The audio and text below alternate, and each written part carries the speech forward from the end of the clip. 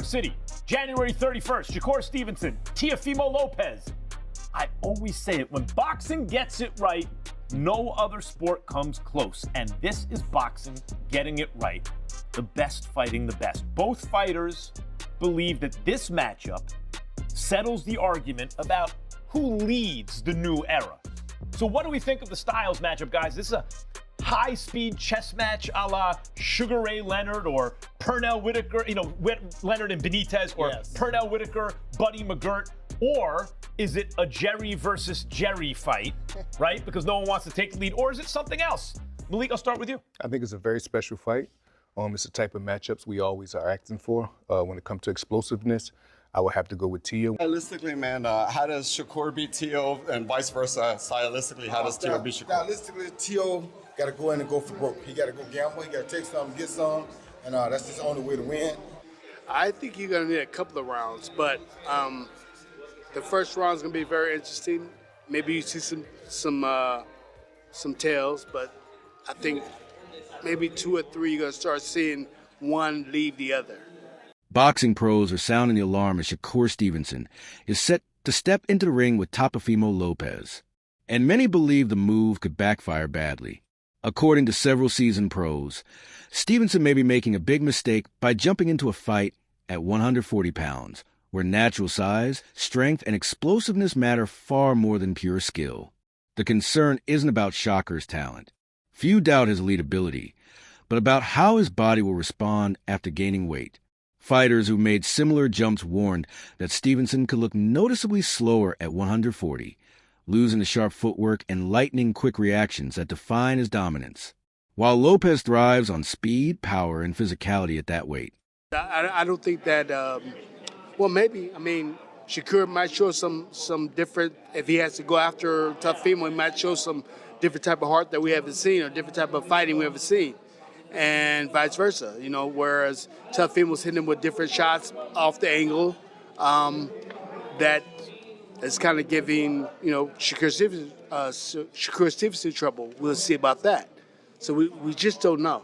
Yeah, the thing is I think people overlook of Teofimo is he can box when he wants to. Like, he's shown he has a slick style too when he wants to do that. When he wants to do that. So if you have a slick style and you got power and you got speed too, yeah. And you're fighting at 140, so let's see. I don't know if Shakur Stevenson is going to get slower moving up in weight or not, where Teofimo can hit him. Maybe he was really fast at 130, 26-30, maybe 35, but 40, you put on a little bit more weight. I think that he holds the weight probably really, really good, but you just don't know. Yeah, then, okay, let me put this scenario. What if it's the Teofimo that beat Lomachenko? What if that Teofimo shows up? Like I said, and Lomachenko is a not easy fight. Teofimo was able to be in the ring with different type of fighters and figure it out. The fighters that Shakur Stevenson was in with, they couldn't figure it out or get close to figuring it out. Whereas Teofimo had to figure out that type of style, and Lomachenko is a hard fight to fight. So that's why this fight is so interesting. And for Shakur Stevenson to move up to 140 to fight him is definitely a hats off to him. Do you have a favorite on paper in that fight at all, Shane? I believe it's 50-50. It's a fight that I just have to sit down and watch and just want to see. Many boxing pros are leaning toward Teofimo Lopez as their favorite in this fight, and their reasoning goes beyond hype or popularity. Fighters and trainers point to Teofimo's natural size and strength as major advantages, especially against a skilled but lighter opponent like Shakur Stevenson. Pros also highlight Lopez's explosiveness, fast twitch power, and ability to hurt opponents early, traits that can change a fight instantly. While they respect Shakur's defense and ring IQ, several insiders believe Teofimo's physicality and timing could disrupt Shakur's rhythm and force him into uncomfortable exchanges. Experience at junior welterweight combined with a championship pedigree has many professionals believing Teofimo is better suited for this matchup and more likely to impose as well over 12 rounds. Max Kellerman points out that Shakur enters the fight with more to lose because of his technical reputation and undefeated image. Teofimo, on the other hand, has more to gain as an underdog, where pressure is lower and opportunity is higher, making the fight dangerous and unpredictable. But Teo's, he's a very special athlete. And as a competitor, he is one of those guys who saves his A game for a fellow elite opponent. That's when he really rises his game and shows us the Teofimo Lopez that everybody thought he was when he was a prospect. Mike, People used to look at him and say, oh, this guy is going to be the star in boxing. It didn't really play out that way, but every now and then he reminds us how special he is. Yes. Teofimo is a two-division Ring Magazine champion. In both fights where he won the Ring Magazine championship, he was the underdog. 4-1 underdog against Lomachenko. People forget Lomachenko was taking elite fighters in the lower divisions and they were quitting. Yes. He was beating them into some, they were like, I can't do this, right? And Teofimo beat him. Right, he outboxed him. Yeah, he didn't do it by physically imposing himself on him. He outboxed him. He outfought Technically. him. He had speed, power, and then again against Josh Taylor at junior welterweight, he was the underdog. So he saves his best for his biggest moments. Yes, and Max, and look, I give Shakur a lot of credit, right? Because we see fighters like Bruce Ennis that want to do a tune-up fight at their first fight at the new weight, and like Devin Haney, Shakur saying, "I'll go right to the top dog at 140." So props to my best friend Shakur Stevenson, Max. Yes. But look, What is the beef with you two? I think it's fun, you know. I think we. I don't think it's real hate. You have this ability to bring out a certain kind of animosity in people in the boxing world. Does this extend to outside the boxing world? Yeah, it does. Or it does. It I've does. had that ability since I've been like 4 years old, Max, and growing up. But you asked about Teo. I actually think this fight is about Teofimo more than it is about Shakur Stevenson. And the reason I say Both Shakur Stevenson and Teofimo Lopez bring elite skills to this January 31st showdown. And many boxing insiders are calling it a genuine 50-50 matchup, rather than a one-sided affair.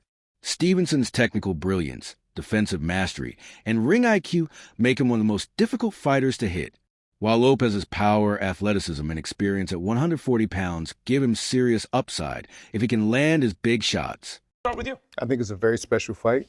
It's the type of matchups we always are acting for. When it comes to explosiveness, I would have to go with Teo. When it comes to actual rapid speed, I would have to go with Teo. But when it comes to body punching, when it comes to good timing, when it comes to craft, I would have to give all of that to Shakur Stevenson. What do you think, Doug? They're both boxers. I look at Stevenson as a versatile technician. I look at Teofimo. He's a boxer puncher, but his specialty is his counter punching. Listen, if Stevenson wants to be on his stick and move game, very difficult style matchup for Teofimo, and maybe not that entertaining to the fans. Because Stevenson's longer. Exactly. Stevenson's defense probably the best in the game, and he's longer. Great reflexes and timing, and so does Teo. Experts like Andre Ward believe the smallest margins, execution on fight night, timing, and conditioning could decide the winner, because stylistically, there's little to separate them at the top level. Ultimately, both fighters are highly skilled, and this fight might come down to who shows up sharper and more composed under pressure. Many experts see Shakur Stevenson versus Teofimo Lopez as a fascinating tactical puzzle where strategy, energy, and timing could decide the outcome. Lopez is often described as a fighter who starts fast and relies on mid-range explosiveness, sharp counters, and bursts of pressure early in fights. If he can't sustain that intensity for all 12 rounds, some analysts wonder whether his output might taper in the later championship rounds, opening the door for Stevenson to turn the tide. Conversely, if Stevenson drops the opening rounds while feeling out Lopez, he could be forced into a more offensive posture later, potentially creating an exciting high-tempo finish. If Lopez clearly loses the first few rounds, Stevenson could then settle into a rhythm and cruise to a comfortable unanimous decision. I don't think that Shakur is going to come out and try to fight or take the fight to Teo in the first 6 rounds at all.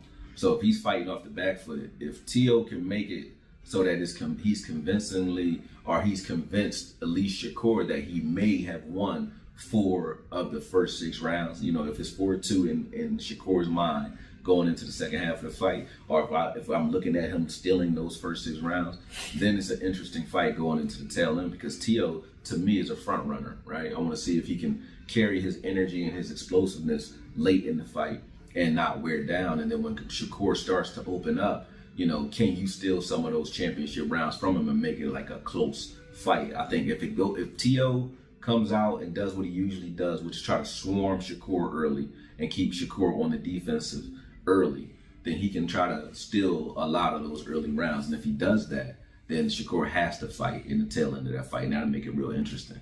If I'm looking at the first 3 rounds, first 4 rounds, and Tio looks like he's losing those rounds convincingly, then it's an easy night for Shakur, unanimous decision in my opinion. You know what I mean? Because I don't think Tio is going to bring anything late in the game, you know what I mean, to this fight. I think if he is who he's always been, you know, he's going to get gassed after like the 7th round and then take some rounds off. And when he does that, Shakur will open up and start to try to pick him apart, pot shot him, and do things like that. But this is the perfect fight, narrative-wise, for Shakur, because I've been waiting for Shakur to get into that fight where, you know, he doesn't have the fight where he doesn't have his Diego Corrales fight.